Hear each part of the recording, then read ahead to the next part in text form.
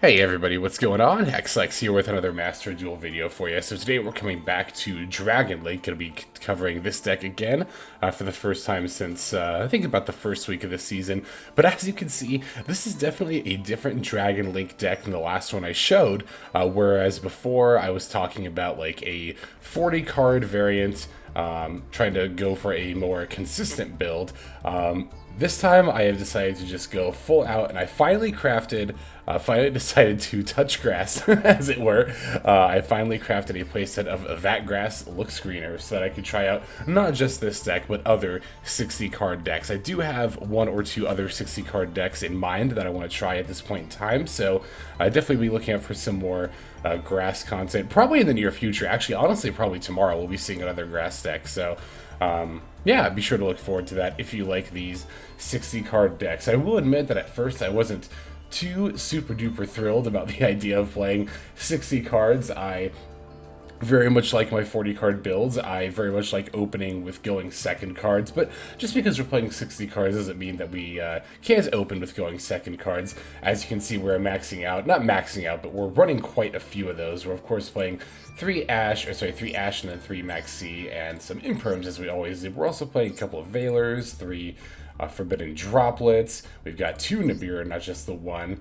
And then as the PSY Frames as well. So with more cards being included, we did include more disruption. I was also a little bit concerned about maybe opening, like, about hands being brickier overall, but I haven't noticed that at all. I think the consistency is actually about the same as our 40 card variant, which is a surprise to be sure, but a pleasant one. Wow, I did not even mean to do a prequel meme there. Nice. In any case, yeah, so as far as like the build itself, even though we added, of course, 20 cards, honestly, not that much has changed about it. The major thing that has changed is the addition of the Thunder Dragon package. We are now playing the Thunder Dragon monsters and one copy of Thunder Dragon Colossus.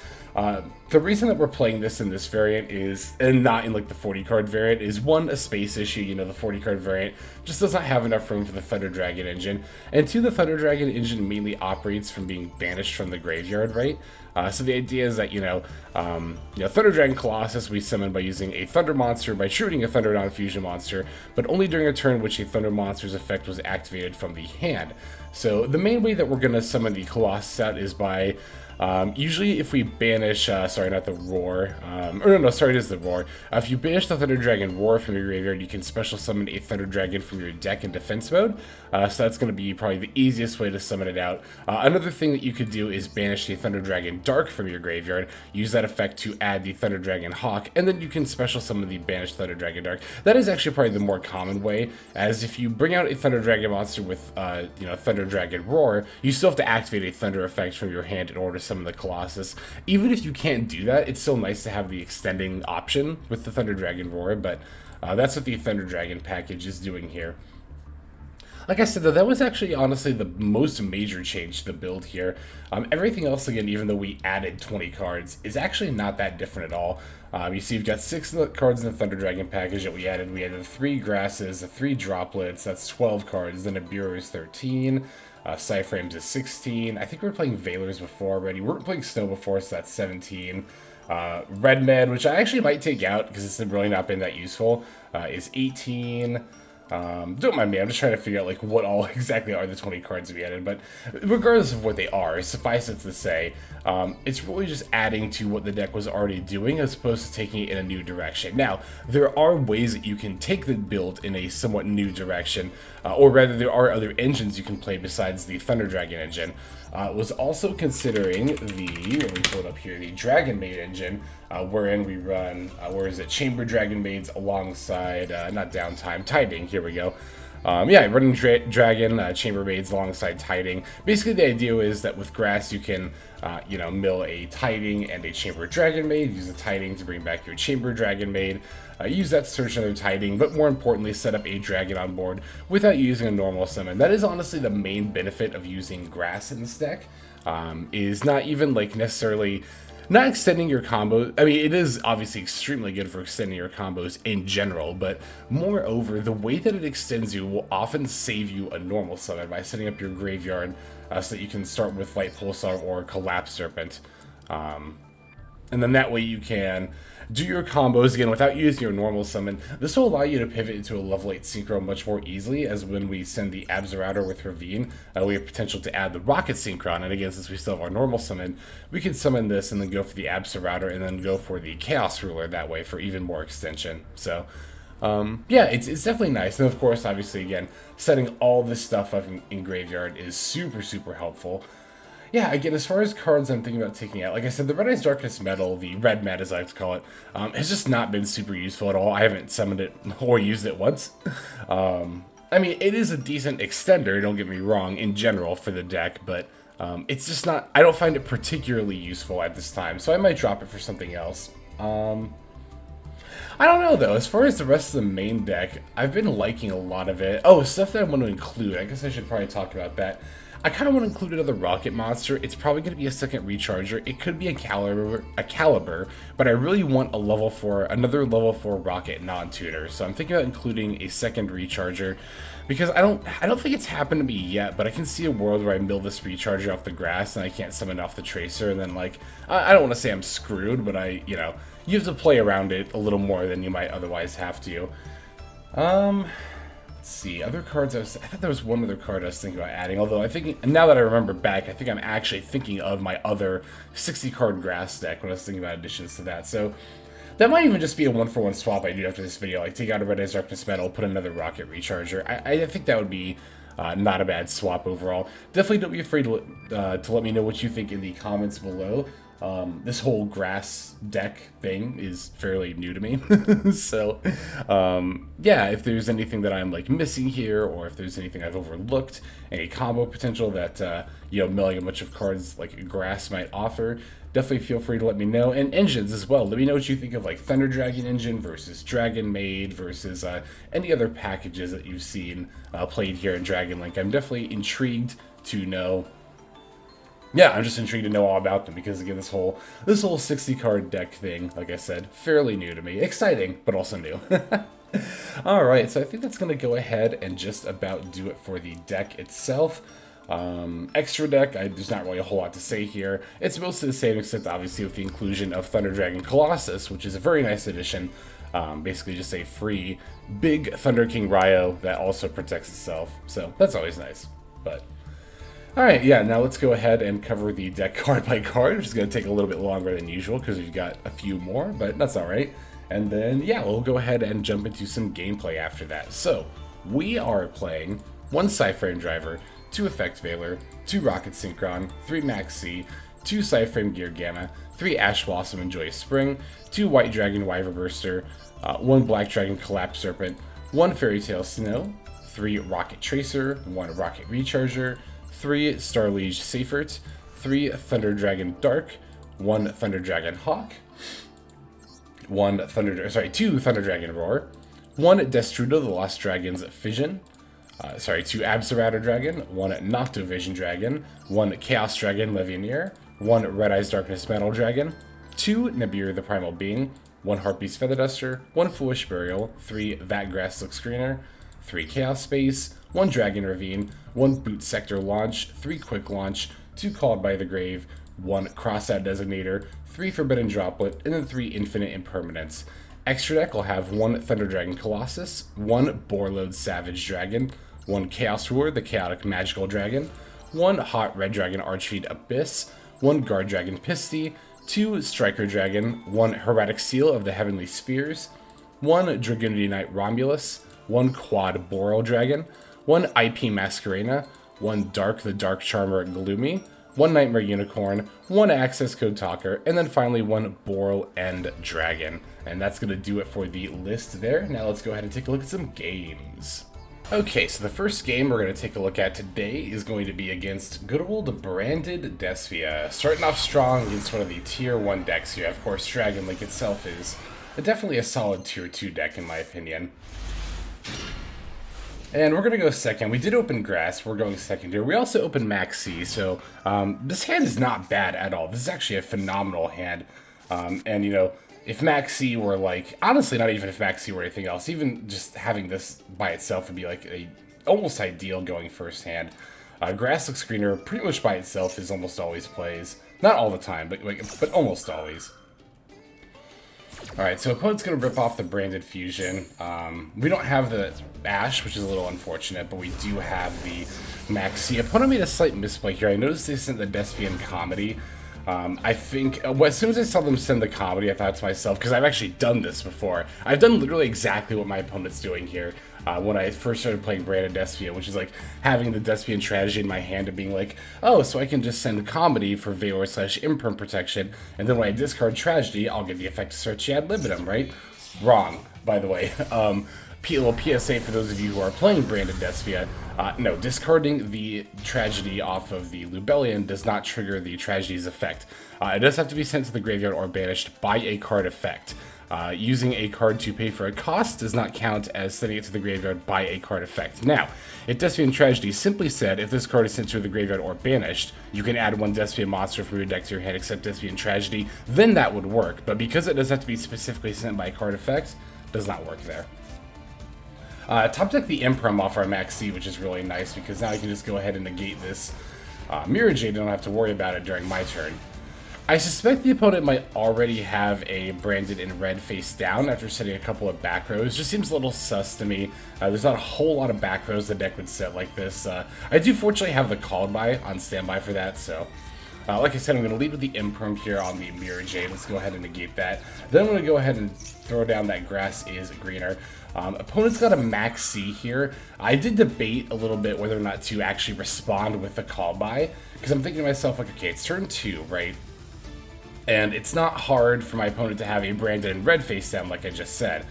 I can OTK. I know I can win this turn, as long as I don't get interrupted. Now, obviously, if I let Maxx resolve, that's going to greatly increase my odds of getting interrupted, as it'll increase my odds of getting Nibiru'd. But, you know, if my opponent's got a Branded in red face down, that Guardian Chimera can interrupt me for potentially 2 cards, as well with both the cards in the field. I did ultimately decide to Call By the Maxx here, and basically the tiebreaker for that was... the fact that my opponent banished the Tragedy to set the Branded Fusion during the last turn. I did say my opponent has 2 back row, and I guess I do know that this one is Branded Fusion, but this one could still easily be Branded in red. But after banishing the Despian Tragedy, I thought to myself, okay, that actually decreases the odds of it being Branded in red. Not only that, but even if it is Branded in red, now my opponent can't, like, well, they still either way couldn't get back the Mirror Jade and use its ability again, because they don't have an ad libitum. So, even if I get Guardian Chimera, that would really suck, but it's not going to be like the end of the world here. And I'm going to try to play in a way where even if my opponent flips up a Guardian Chimera, it's not going to, like, you know, horribly disrupt my plays, or I'll have further options beyond, you know, that disruption there. So, all right, our first grass mill of the channel. Let's see here. It's a pretty decent one. I mean, honestly, I see Thunder Dragonroar. As long as this card is milled, I'm like, okay, I'm satisfied with this. Given that I already have the Starliege Seyfert and the Wyverburster in my hand. I did notice we milled the Thunder Dragondark as well. That's very nice. The Destrudo is nice. Oh yeah, I need to put... I'm thinking of putting Shooting Riser Dragon in the extra deck. I gotta do that if I'm playing Destrudo there. That was the extra exchange. I knew I was thinking of one there. So yeah, a few solid mills. Mostly the Thunder Dragon stuff, but that Thunder Dragon stuff is obviously still very, very good. Yeah, so here the opponent's going to use the Mirror Jade effect. I assume mostly just to pay the cost of sending Albion, but they're not going to live beyond this turn.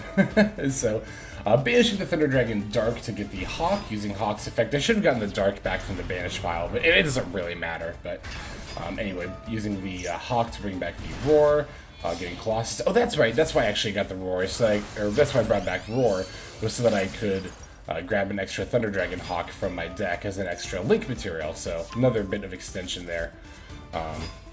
Yeah, so it's nice. The Thunder Dragon plays are mostly just for setting up the Colossus, which I say just for setting up Colossus. This is a very powerful card, but they can sometimes extend you like this as well.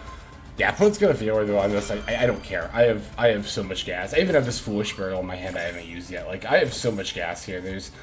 There's almost, like, I don't want to say infinite, because obviously there is a finite number of plays I can make here, but it definitely feels infinite. Like, I think there's just so many different ways I can go for a game here. What I'm going to end up doing is I'm going to Nightmare Unicorn to take care of this last back row, make sure it's not an issue. Now I know my opponent's board. It's this Mirror Jade, a face down, Branded Fusion, and the Hourburst, so not worried about the board, you know, at all. Yeah, I'm going to summon the Rokket Synchron after Foolishing the Absorouter. I'll make a Chaos Roar, do a little bit of extending. I'm going to use the Chaos Roar and the Nightmare Unicorn to make Access Code Talker. And then from there I can bring back the Chaos Ruler. I'll use the access code talker effect to pop the Mirror Jade in the face down. I don't want to pop the Albor because then if I destroy the Mirror Jade later, the Albor is just going to come back. So my plan is to use access code talker to pop these two. Then I can battle over Albor and then swing with the access code and the Chaos Ruler for game. So I mean, look at my hand here. There was any number of ways I could have found lethal, honestly. But yeah, opponents use access code talker and they know it's lethal, so they surrender, giving us the victory. So yeah, I just wanted to show off that game first as a nice, that's honestly a pretty typical, like, you know, when grass games go right, that's a pretty typical grass game right there, you know. You play grass and then you win. I mean, granted, the rest of our hand was really good too, but grass definitely hard carried that win there. So yeah, that is that game. Let's go ahead and take a look at the next one. Alright, for this game, we've got one against Numerons. It's actually a bit of a back and forth. You know, Numerons are usually either like, it's usually a very quick game either way, but no, in this case we actually had a solid bit of a, like I said, a bit of a back and forth here. So opponent's obviously going to give me the first turn being Numerons, and once they do give me the first turn, I'm immediately thinking they're either Numerons or Sky Striker, but probably Numeron. Starting with the Chaos phase here, but it gets Ash Blossomed, which sucks, but we did at the very least get the Thunder Dragonroar into the graveyard there, so we do have that set up for later. I'm just going to set this Imperm and then pass. Obviously, with just the Driver and the Levianeer in my hand, I can't really do anything. When the opponent passed without doing anything, I was like, okay, it's Numeron, so it's definitely Numeron. I did top deck Starliege Seyfert, which is, you know, just about the best card I could top deck here. Opponent's going to activate Maxx in response to the Seyfert's normal summon. Poor timing of activating the Maxx, by the way, because I haven't committed to a special summon yet. I've talked about this before on the channel, and I feel like this is a point that definitely bears repeating on when you should use Maxx. It is matchup dependent, but as a general rule of thumb, if you are only going to follow one rule of when you should Maxx, I would say you should wait until your opponent is activating an effect that special summons a monster, so that way you want to do this for two major reasons. One, it does guaranteed get you a draw, so that way you're not just losing advantage by throwing out the Maxx. I say losing advantage, you know, discard a card and your opponent's turn is still really, really good, but it's still also good to get advantage off of Maxx when possible. And two, you want to use it, usually, not always, but usually after the opponent's committed to activating an effect that special summons, because it might make your opponent feel like they're too committed, quote-unquote too committed. What is that? There's a name for that fallacy. Oh, it's right on the tip of my tongue. I use it all the time. But anyway, sunken cost fallacy. That's sunken cost fallacy. A lot of people are prone to that when they get Maxx and they're like, well, if my opponent already drew one card, I might as well go off and try to win. No, bad, don't do that. Usually you don't want to do that. There are some times where that's right. But in a situation like this, where I know I'm playing against Numeron, I know I contribute the Seyfert, I won't have a board, and then they can't OTK me, like, I'm totally fine just ending here. Now, I do say it's matchup dependent. The main way that's matchup dependent is that if you know what decks have Link 1s, then sometimes you want to fire off a Maxx in response to a monster being normal summoned. Or if you know, like, they can make a play just by attributing one monster or, like, using one monster as a material to make a summon, then that's when you want to fire off Maxx in response to a normal summon. But suffice it to say, Seyfert was not the normal summon to respond to. They should have waited until I special Delight Pulsar, especially because I would have banished the Dragon Roar from my graveyard, and they would have gotten 2 draws out of that, so. Anyway, I draw another Light Pulsar here, but, you know, the draw itself is pretty irrelevant because, you know, I already knew that I was going to be able to combo with just Light Pulsar. Here the opponent fires off an Ash Blossom, which again, I think was a bit of a mistake. I don't think they should have done it in response to the Thunder Dragonroar's effect. I think they should have waited for my Collapserpent because, you know, this is going to be the main extender. I need dragons in order to make a lot of these Link monsters, and so the search for the Collapserpent, especially given that I don't have a Thunder Dragon effect to activate in hand, so I can't even summon the Colossus right now. This is you know, another thing that I've said a lot in the past in my videos is knowing the opposing matchups, right, is very, very important for pretty much the exact reasons that we just saw here. The opponent using their Maxx and Ash Blossom the way that they did in both those scenarios could have been used better, in my opinion, had they been maybe a bit more familiar with the matchup and what I was going to be doing. So again, yeah, that Thunder Dragonroar getting negated does absolutely nothing to me. I'm still able to combo off perfectly fine here. And I guess in a way, I get to show off a little bit of what we can do with only a Starliege Seyfert. Now that I've gotten more comfortable with Dragon Link, like, as a whole, I'm thinking more and more about making that combo guide. I've talked about possibly making a Dragon Link combo guide for a while. And the idea has been kind of challenging to me because it's a very freeform deck, and it's not always easy to know, you know, what the best play is, given your hand. But I do want to show off some at least basic combo lines and some basic lines as far as like establishing a board, because I feel like once you get the hang of those, then it becomes easier to find more freeform plays. I talked about this with DDDs, right, when I did my DDD deck profile, where if you have, or for me anyway, the way that I learned to play decks, right, if I at the very least have like a solid core to go off of, and I know like this is mostly what you do, then then it's much easier for me to find my way, you know, from there. But so yeah, I mean, as is usual with Dragon Links, the game ends once we start summoning a whole bunch of monsters and the opponent runs out of responses. So yeah, there's the win against Numeron, and I wanted to show that game mostly to illustrate, again, those points about when my opponent used their disruption. I think they could have been used a lot better in this case. But yeah, that's going to be it for this game. Let's move on to the next one.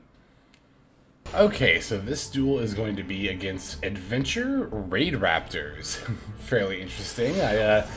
It's funny, I saw a couple of Raid Raptor decks, not just one, but a couple, when I was reviewing, you know, decks that had hit Diamond for that video. And I remember thinking, like, wow, I haven't run into any Raid Raptors, and then here I finally did. Raid Raptors does seem like a fun deck. I would be inclined to play it, possibly. I'm trying to remember, I don't think I've dusted any Raid Raptors stuff, so I don't think I'm missing out in that regard. Well, in any case, that's speculation for another time. Here I'm going to lead with the Dragon Ravine in order to set up the Collapserpent that's in my hand here. Oh, and then, yeah, from there we can discard the PSY Frame Driver. I was trying to remember what I discarded. I discard the PSY Frame Driver to not only set up the Collapserpent, but then also send the Absorouter to the graveyard. That'll give me something to summon with my, what do you call it, my Boot Sector launch here. So this opening hand was a little bit weird because we opened Dragon Ravine and Collapserpent as our starters, basically. And so we had to do things in a little bit of a different order here. We're not going to be going for Romulus this game because we obviously have already gotten our Dragon Ravine online. So I'm going to go for Heretic Seal instead. That way if I get disrupted at some point and I have to end my turn, then I can use then I can have the Heavenly Spheres here as a form of disruption. So yeah, I'm going to normal summon the Rokket Tracer, blow up my own Dragon Ravine in order to get the Recharger and go for the, what do you call it, the Destrudo. I'll add Nibiru, sending the Snow and Destrudo here. Yeah, and this is why I said I could maybe use a Shooting Riser is mostly for setting up Snow in the graveyard anyway, so I don't know how useful it necessarily would have been here, but oh, that's right, I'm going for Striker Dragon in order to, this way I can blow up my own Magical Ruler and add the Rokket Tracer back. Now I have something to get with the Boot Sector launch here. Okay, so here I actually... Oh, that's right. Alright, so I decided to go straight into Borreload here. I was kind of confused because normally what I would do is link the Tracer into Pisty over here, like we saw in that last game. But then you have like your Seal, Pisty, and Striker. You can summon something here. Would give me an extra monster. The thing is, though, I didn't particularly want to discard any of these. I could have discarded Nibiru, I think, without much issue, but I didn't particularly want to discard any of these cards here. And also, on top of that, I don't know... The Rokket Tracer, or the Recharger, got banished. I don't even know that I would have been able to make another... Oh, because I brought it back with the... I banished it to bring back the Levianeer, I believe. Oh, no, it was for the Snow, that's right. So yeah, I might not have been able to even use the Quad Boral there. I mean, I could have if I'd banished differently, but in any case, I didn't want to get rid of any of these cards, so I decided I'll just end on the Borreload there. Of course, after setting the Impermanent Droplet as well. That's one of those turns where I think I could have actually played that better. It was just a little bit of a weird hand, so trying to figure out how I was going to play it. Ended up taking more time than I wanted it to. Time is definitely a factor with this deck. Even once you get the hang of it, you do still have to be mindful of the clock. This is actually one of those decks that does get a little bit, I don't want to say punished, because I don't think that's the right word for it necessarily, but we'll just say hurt. This is definitely a deck that gets hurt by missing out on those extra 100 seconds on the clock. Very much so, I think. But it's all good, you know. that's what practice is for in general, not just in solo mode, but on ladder too. But if you're not comfortable, you know, with the deck on ladder just yet, this goes for any deck, not just this one. But I definitely do recommend, you know, just taking it to solo mode and throwing a few hands at it. I mean, when I say a few, I don't even necessarily just mean like 5. I mean, even like 20 or so. Just however many hands it takes for you. Could even be 50, could even be 100 might be a bit egregious, but however many hands really it takes for you to get comfortable with the deck is how many you should have practiced with. I've seen that question asked before, is like, how much should I practice with a deck before I take it to ladder? And the answer is however much you feel comfortable with, honestly. And I think in that regard, you know, that's mileage is definitely going to vary for everybody. I will say though, I think a lot of people end up being a little bit too afraid to take the deck to ladder for fear of just getting like rocked and you know, getting their rank dropped really hard. I definitely recommend trying new decks when you hit the floor, as I like to call it, of each rank. That is the 5th, right? So, or the 5th rank. So if you're at Platinum 5, you can't fall below Platinum, so you might as well try out that new deck on ladder, see how you like it, see how it does in an actual competitive environment. Same with Diamond. I do that actually a lot of the time with these videos, right? You might notice some of the times during the start of the season, you'll see like the tier 1 decks a little bit more often, and then towards the end, you kind of start to see me bust out more rogue decks. That's because I want to make sure I at the very least get to Diamond before I start playing decks that are more fun / experimental, so. Oh, did I really not have a way to go into access code here? Oh no, I did, that's right, but I opted to go for the Fairy Tale. So I opted to leave them separate here instead of going for access code and battling for 53. My thought process was that, well, I can't lethal anyway, and this way if the opponent has an answer, you know, one, they have to answer 2 things instead of just 1 access code talker, and 2, this way even if they have an answer here, I can still potentially go into access code later in the duel for the win there. So that's why I did that the way I did there. I didn't go into access code right away. But thankfully the opponent did not have an out. They just, you know, set up their, I guess set a monster rather than set up anything. They just set up, well, they did set up the Rite of Armistier, but they only have a set monster to follow it up with. Now, I actually don't have anything left in the graveyard after that Fairy Tale Snow, which is kind of what made that play riskier. Also, looking back here, I think I should have battled the face down monster, because I think it was really easy for my opponent to have like another Raid Raptor they could summon here.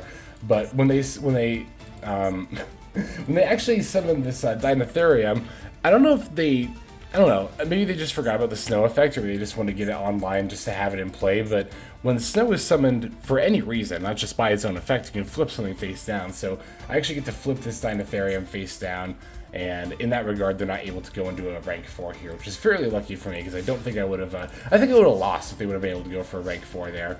In any case, I managed to rip a Foolish Burial, which with the Wyverburster in hand is going to be far more than enough for lethal, as I can send Absorouter, add something, and then start specialing stuff. Yeah, opponent recognizes that's going to be lethal. I can just go into access code here anyway and just pop one of the monsters, and then, well, yeah, and then now I have another play, and my opponent knows that, so that's going to be a GG there. I think we have one more game, if I recall correctly. Yeah, we have one more game, so let's go ahead and jump straight into it.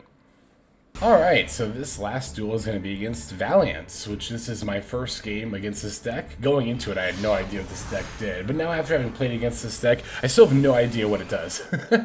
I didn't really do much research into them because I didn't think they were going to be, one, I didn't think they were going to be fairly good even on like a rogue level. Like, I think they're like, you know, a lower rogue deck, and 2, I just wasn't that particularly interested in the archetype either, but this game, I guess, did get to showcase a little bit of what they do. Well, let's start with what we're going to do. I'm going to start by noticing this Rokket Synchron, which looks a little bit weird, but I want to save the Tracer in hand, this, especially with the Boot Sector launch here, that I can blow up the Boot Sector launch with the Tracer, summon a Recharger, and then go for the Chaos Ruler. Oh, but first, yeah, I'm going to actually use Striker Dragon's effect to blow itself up and add the Synchron. That way I can special the Synchron from my hand.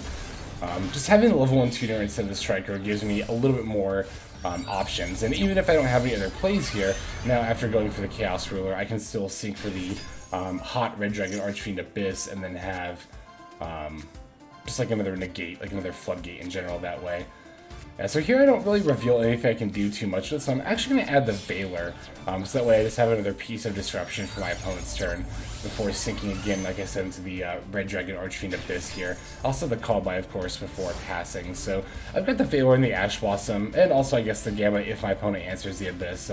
They do actually throw out a Kaiju here, which I was really scared. I thought it was going to be Numeron until they dropped this Shinome of the Shinome the Valiant's Priestess. So this is one of those games where I had to like definitely read cards on the fly to figure out what I wanted to disrupt and how I wanted to disrupt it. So my opponent plays this and then activates Small World. So at this point, in real time, even after my opponent played Small World, I was like, okay, I'm reading this and I'm realizing like, okay, this is gonna add stuff, but I can Veiler it because it'll come out as a monster on the board when I add stuff. So I can Ash this Small World here, and my opponent, while they haven't used their normal summon, from what little I know about Valiants, I don't think they're a deck that cares too much about having their normal summon, and they're going to care a lot more if they're able to get these searches off. So I'm going to go ahead and stop both these searches. As a rule of thumb too, like, the less familiar I am with the deck, the more inclined I am to stop it from searching early.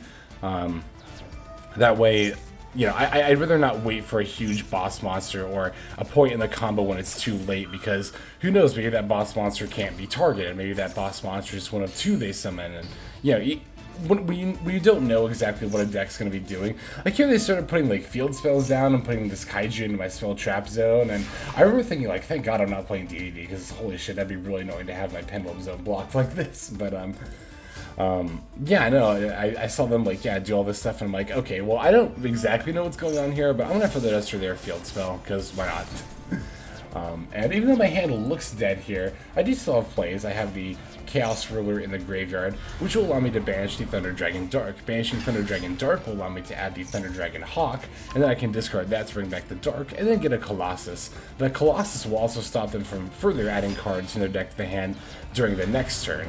I know that was, you know, obviously pretty integral to what my opponent was doing on this turn, so cutting them off from doing that on their turn, I think is going to go a long way towards, hopefully will go a long way towards making sure they don't have follow-up plays. I did also notice with the field spell that, let's see, or is it my field spell that did that? Yeah, so the field spell, it looks like pushes monsters into the spell trap zone, but only if they're in the same column, or only within that column, so, excuse me. That's why I also placed the Chaos Ruler and Colossus the way I did, with back rows behind them, so that way, if this field spell comes online again, they can't use it to get rid of either of these. Particularly the Colossus, I wanted to put on top of the Kaiju here, because I didn't think my opponent was going to have a way to push it into the spell trap zone if they did that, or if I did that, rather. They do have another Kaiju, so they do actually have a way around the Colossus, but, yeah, after playing the other field spell, it doesn't look like they have any other follow-up plays, so that's going to be a GG there. A nice first game against Valiants again, even though I still don't know at all what this deck does. It's still, we were still just able to use our kind of our intuition. Like I said, if you're not familiar with the deck, negating searches early, I think, is the way to go.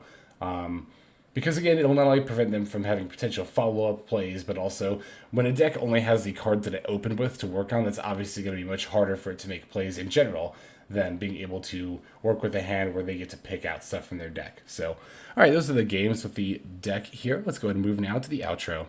Alright, that is going to do it for this video. Thank you all the way for watching to the very end. I very much appreciate that. Also appreciate those of you who are commenting and or subscribing.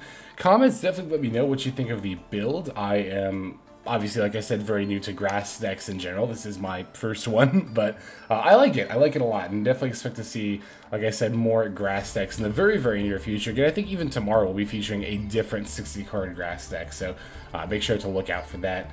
And yeah, if there's any other decks or anything you want to see, obviously feel free to let me know in the comments. Just any suggestions for the channel, really. I'm always open to them. I can't guarantee that I'll always play every deck that gets suggested, but you know, I do definitely, you know, I read the comments, I read every single one, even if I don't always have the time to respond to every single one. So I definitely do appreciate it when you comment there and leave your feedback.